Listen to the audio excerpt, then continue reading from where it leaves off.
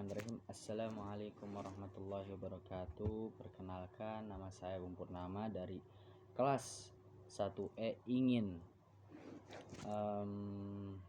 membuat video untuk UTS pada pelajaran ilmu kalam dosen Pak Ali, dan membuat video tentang kaum Khawarij. Langsung aja kita mulai. Seperti telah dikemukakan sebelumnya, kaum Khawarij terdiri atas pengikut Ali bin Abi Thalib yang meninggalkan barisannya karena tidak setuju dengan sikap Ali bin Abi Thalib dalam menerima arbitrase sebagai jalan untuk menyelesaikan persengketaan tentang khalifah dengan Muawiyah ibni Abi Sufyan. Nama Khawarij berasal dari kata kharaja yang berarti keluar. Nama itu diberikan kepada mereka karena mereka keluar dari barisan Ali.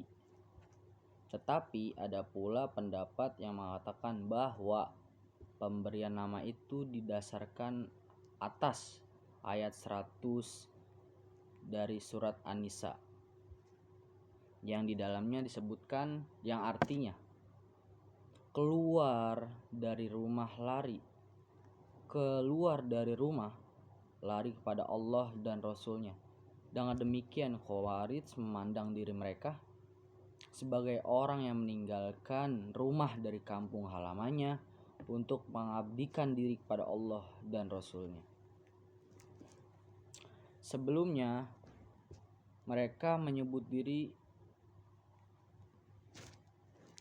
sebagai syurah yang berasal dari kata yasri atau menjual. Sebagaimana disebutkan dalam ayat 107 dari surah Al-Baqarah, ada manusia yang artinya ada manusia yang menjual dirinya untuk memperoleh keridhaan Allah. Maksud dari sini, mereka adalah orang yang sedia mengorbankan diri untuk Allah Subhanahu wa Ta'ala. Nama lain yang diberikan kepada mereka ialah Haruriyah. Nah, dari kata Haruriyah ini, satu desa yang terletak di dekat kota Kufah, yaitu di Irak. Di tempat inilah mereka yang pada waktu itu berjumlah 12.000 orang berkumpullah setelah memisahkan diri dari Ali. Di sini mereka memilih Abdullah ibni Abi Wahab Ar-Rasidi menjadi imam mereka sebagai ganti dari Ali bin Abi Thalib. Dalam pertempuran dengan kekuatan Ali, mereka mengalami kekalahan besar. Tetapi akhirnya seorang Khariji bernama Abi Abdurrahman ibni Muljam dapat membunuh Ali. Nah, di sini yang saya ketahui, Ali dibunuh oleh siapa nih? Oleh Abdurrahman ibni Muljam setelah sholat subuh. Setelah sholat subuh itu Ali bin Abi Thalib dibunuh oleh Ibnu Muljam kalau nggak salah. Sesungguh pun telah mengalami kekalahan, kaum Khawarij menyusun barisan kembali dan meneruskan perlawanan terhadap kekuatan Islam resmi baik di zaman dinasti Bani Umayyah maupun di zaman dinasti Bani Abbas. Pemegang kekuasaan yang ada pada waktu itu mereka anggap telah menyeleweng dari Islam, dan oleh karena itu mesti ditentang dan dijatuhkan. Khawarij itu dalam lapangan ketatanegaraan mereka memang mempunyai paham yang berlawanan dengan paham yang ada waktu itu. Mereka lebih bersifat demokratis, Khawarij itu, karena menurut mereka khalifah atau imam harus dipilih secara bebas oleh seluruh umat Islam. Yang berhak menjadi khalifah bukanlah anggota suku bangsa Quraisy saja, menurut kata Khawarij. Bahkan bukan hanya orang Arab saja, tetapi siapa saja yang sanggup asal orang Islam, sekalipun ia hamba sahaya yang berasal dari Afrika, khalifah yang terpilih akan terus memegang jabatannya selama ia bersikap adil dan menjalankan syariat Islam. Tetapi kalau ia menyeleweng dari ajaran-ajaran Islam, ia wajib dijatuhkan atau dibunuh. Itu Khawarij. Dalam hubungan ini, khalifah atau pemerintahan Abu Bakar dan Umar ibn Khattab secara keseluruhan dapat mereka terima. Bahkan kedua khalifah ini diangkat dan bahwa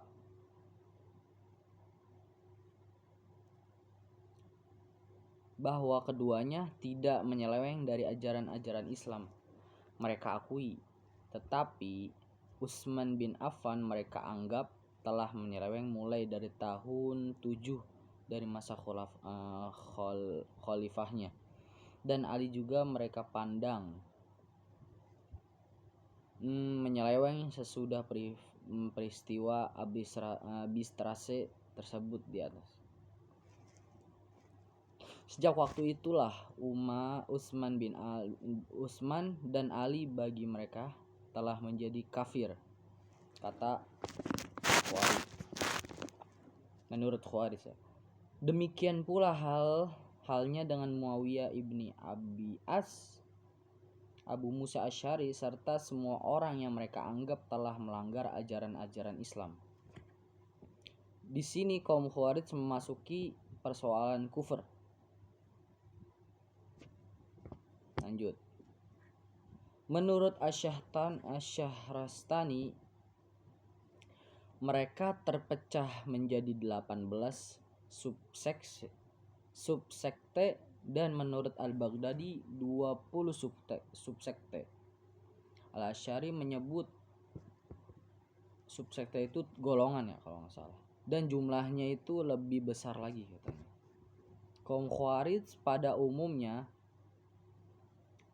terdiri dari orang-orang Arab asli, Badawi, hidup di padang pasir yang serba tandus, membuat mereka bersifat sederhana dalam cara hidup dan pemikirannya, tetapi keras hatinya serta berani dan bersikap merdeka, tidak bergantung pada orang lain.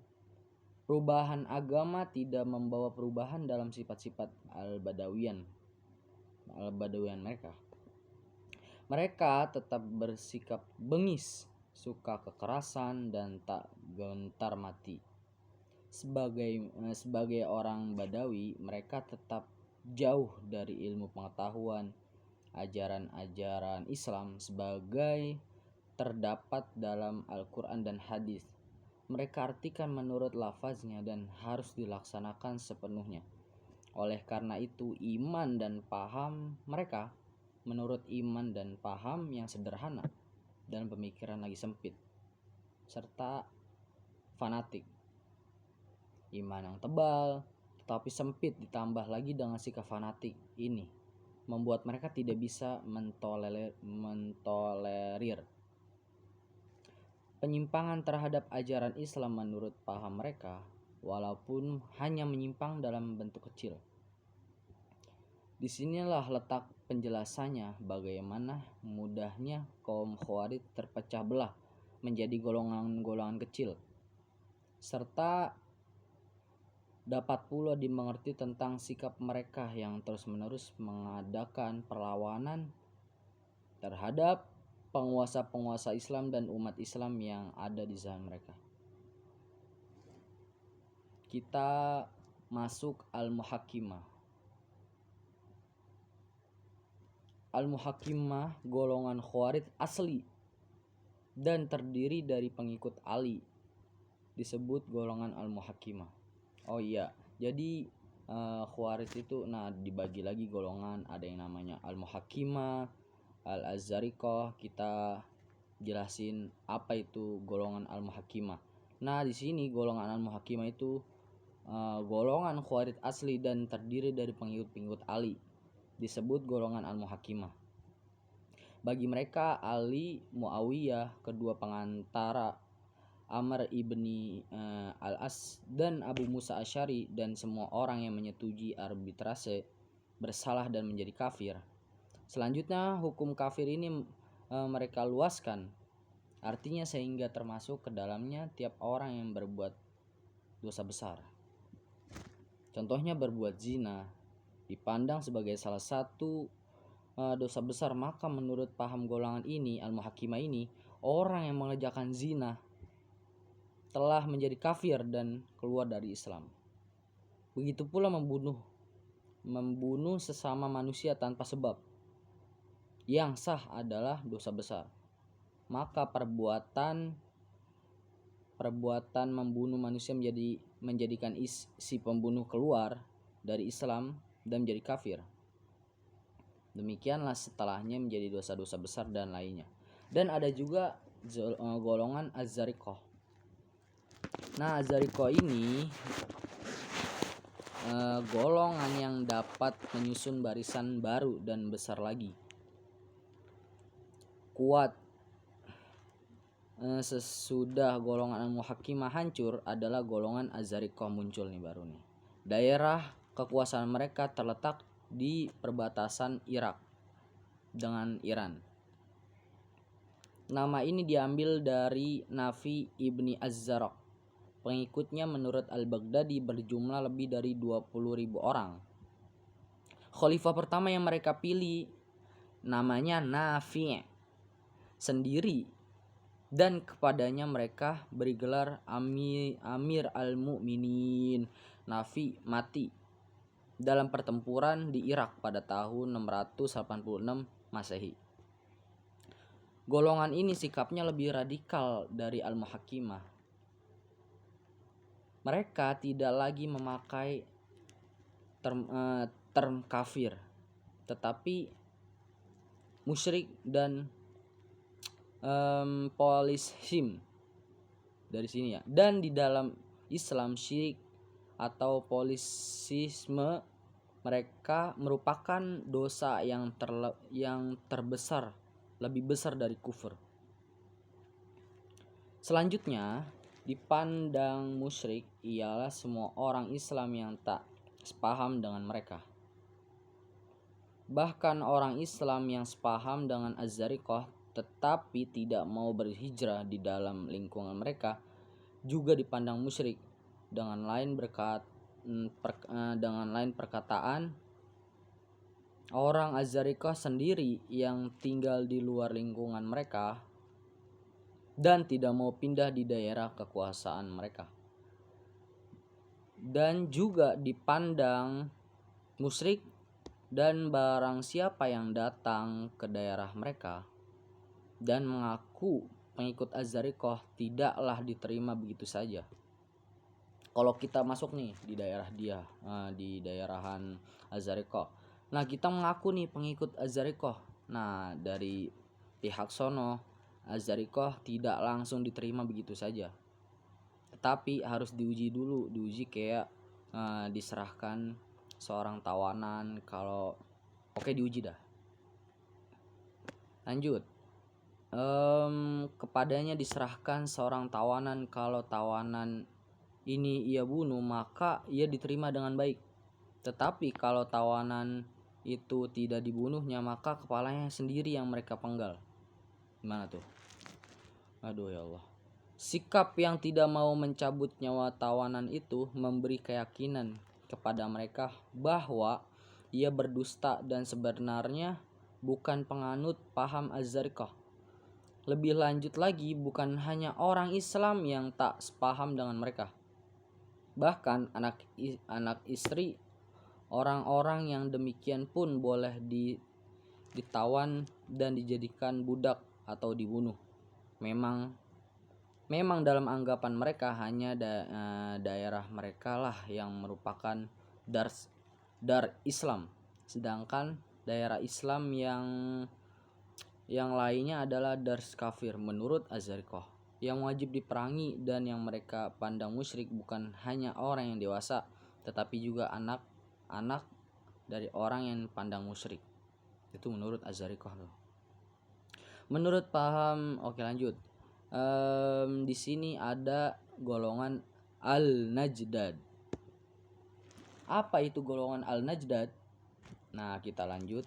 Golongan Al-Najdad Ibni Amir Al-Hanafi dari Yamamah dengan pengikut-pengikutnya pada mulanya ingin menggabungkan diri dengan golongan Az-Zariqah.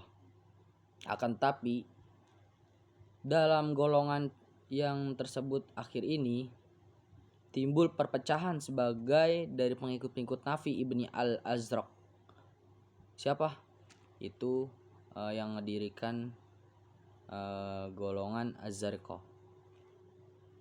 Di antaranya Abu Fudaik, Rashid At-Ta'wil, dan Atiyah Al-Hanafi tidak dapat menyetujui paham bahwa orang Azraqi yang tak mau berhijrah di dalam lingkungan Az-Zariqah adalah musyrik.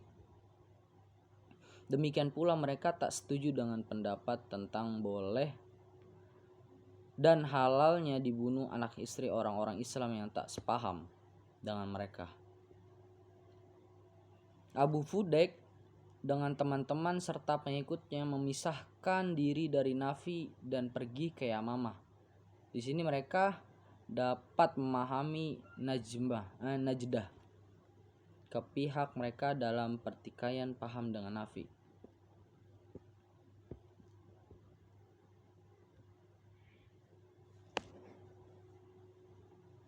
Najdah berlainan dengan kedua golongan di atas berpendapat bahwa orang berdosa besar yang menjadi kafir dan kekal dalam neraka hanyalah orang Islam yang tak sepaham dengan golongannya. Adapun pengikutnya jika mengerjakan dosa besar betul akan mendapatkan siksaan, tetapi bukan dalam neraka dan kemudian akan masuk surga. Dosa kecil baginya akan menjadikan dosa besar kalau dikerjakan terus-menerus, dan yang mengerjakan sendiri menjadi musyrik.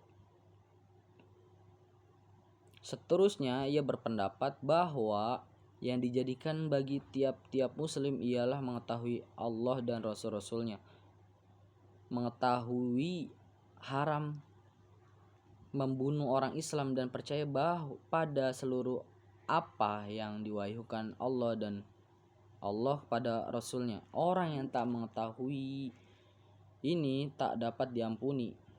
Nah, yang dimaksud dengan orang-orang Islam di sini nih ialah pengikut-pengikut Najdah. Dalam hal-hal selain dari tersebut di atas ini, yang kita baca ini, orang Islam tidak diwajibkan pengetahuannya kalau ia mengerjakan sesuatu yang haram dengan tidak tahu bahwa hal yang haram ia dapat dimaafkan. Dalam lapangan politik, Najdah berpendapat bahwa kepadanya adanya imam itu perlu hanya jika maslahat menghendaki yang demikian. Manusia pada hakikatnya tidak berhajat pada adanya imam untuk memimpin mereka. Kata siapa? Kata Najdah. Dalam hal ini mereka sebenarnya dekat dengan ajaran komunisme yang mengatakan bahwa negara akan hilang yang sendirinya dalam masyarakat komunis. Oke, kita lanjut. Ada golongan Al-Jaridah.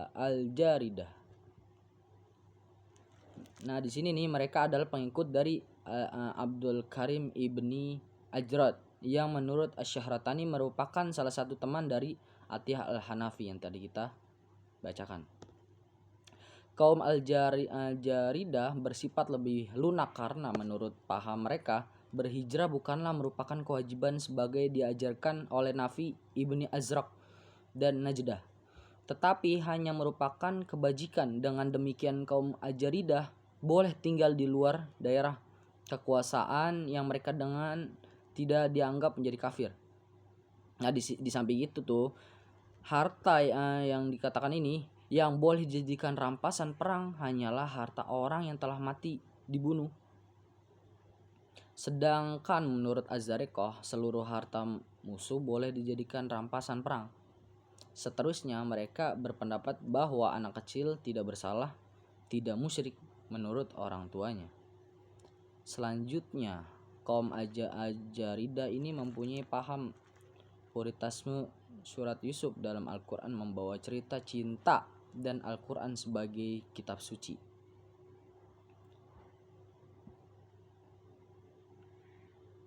Oleh karena itu, mereka mengakui surat Yusuf sebagai bagian dari Al-Quran.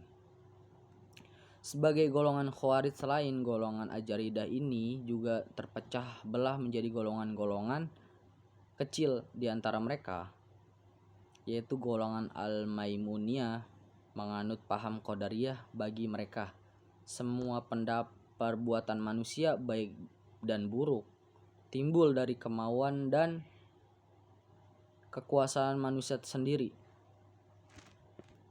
Golongan Al-Hamziyah juga mempunyai paham yang sama. Tetapi golongan Asy'aibiyah dan Hazimiyah menganut paham sebaliknya. Bagi mereka, Tuhanlah yang menimbulkan perbuatan-perbuatan manusia. Manusia tidak dapat menentang kehendak Allah. Oke, lanjut. Golongan Al-Syufriyah. Di sini nih, pemimpin golongan ini ialah Zaid ibni Al-Asfar. Dalam paham mereka dekat sama dengan golongan Az-Zariqah. Jadi kayak temenan lah, dekat. Dan oleh karena itu juga merupakan golongan yang ekstrim. Kenapa ekstrim? Kita lanjut. Hal-hal yang membuat mereka kurang ekstrim dari yang lain adalah pendapat-pendapat kayak contoh orang Sufriyah yang tidak berhijrah tidak dipandang kafir, itu menurutnya. Terus mereka tidak berpendapat bahwa anak-anak kaum musyrik boleh dibunuh, itu ekstrim.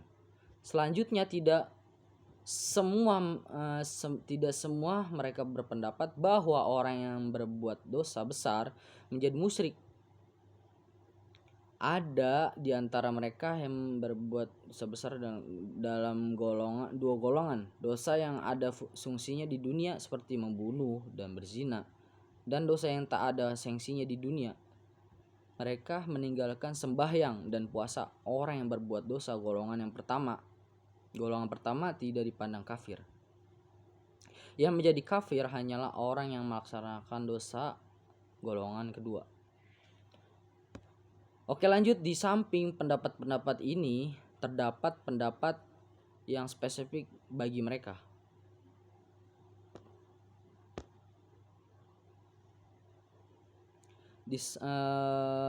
Ada taqiyah, hanya boleh dalam bentuk perkataan dan tidak dapat bentuk perbuatan.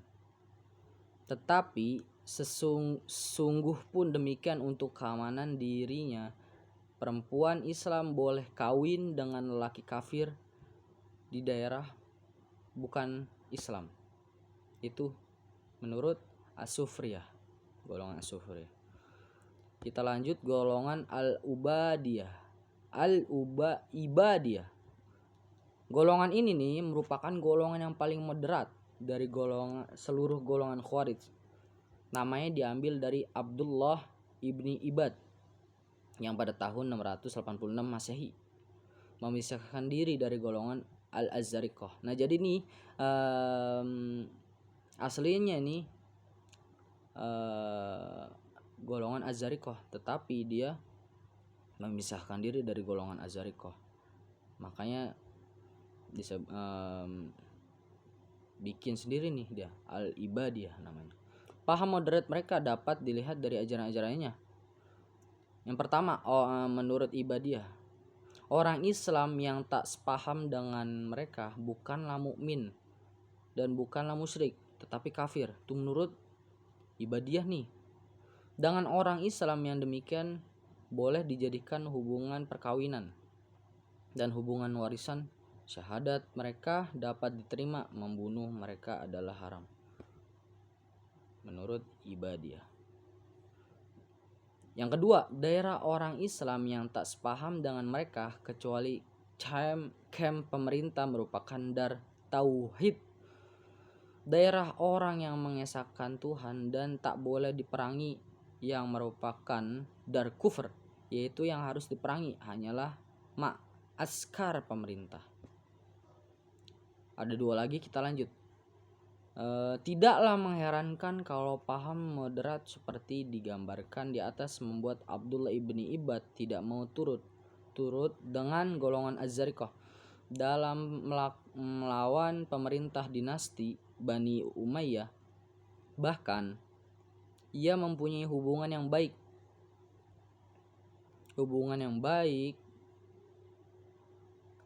demikian pula hanya dengan yang Khalifah Abdul Al-Malik ibni Marwan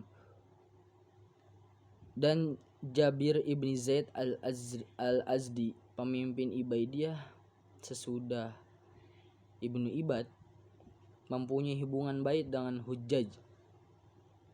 Pada waktu yang tersebut akhir ini dengan kerasnya memerangi golongan-golongan Khawarij yang berpaham dan bersikap ekstrim. Oleh karena itu, jika golongan Khawarij lainnya telah hilang dan hanya tinggal dalam sejarah, golongan Al-Ibadiyah ini masih ada sampai sekarang dan terdapat di Zanzibar, Afrika Utara, Oman, dan Arabia Selatan. Adapun golongan-golongan Khawarij ekstrim dan radikal, sungguh pun mereka sebagai golongan telah hilang dalam sejarah. Ajaran-ajaran ekstrim mereka masih mempunyai pengaruh, walaupun tidak banyak dalam masyarakat Islam sekarang. Jadi di sini kaum Khawarij itu banyak sekali yang namanya, banyak sekali golongan-golongan yang terpecah. Yang kita pahami, apakah golongan-golongan ini semua masih ada di zaman sekarang? Udah pasti masih ada, akan tetapi mereka itu tidak diketahui di mana mereka itu berada. Akan tetapi dia pasti di sini pasti masih ada yang namanya pada mengikuti ajaran-ajaran, contoh kayak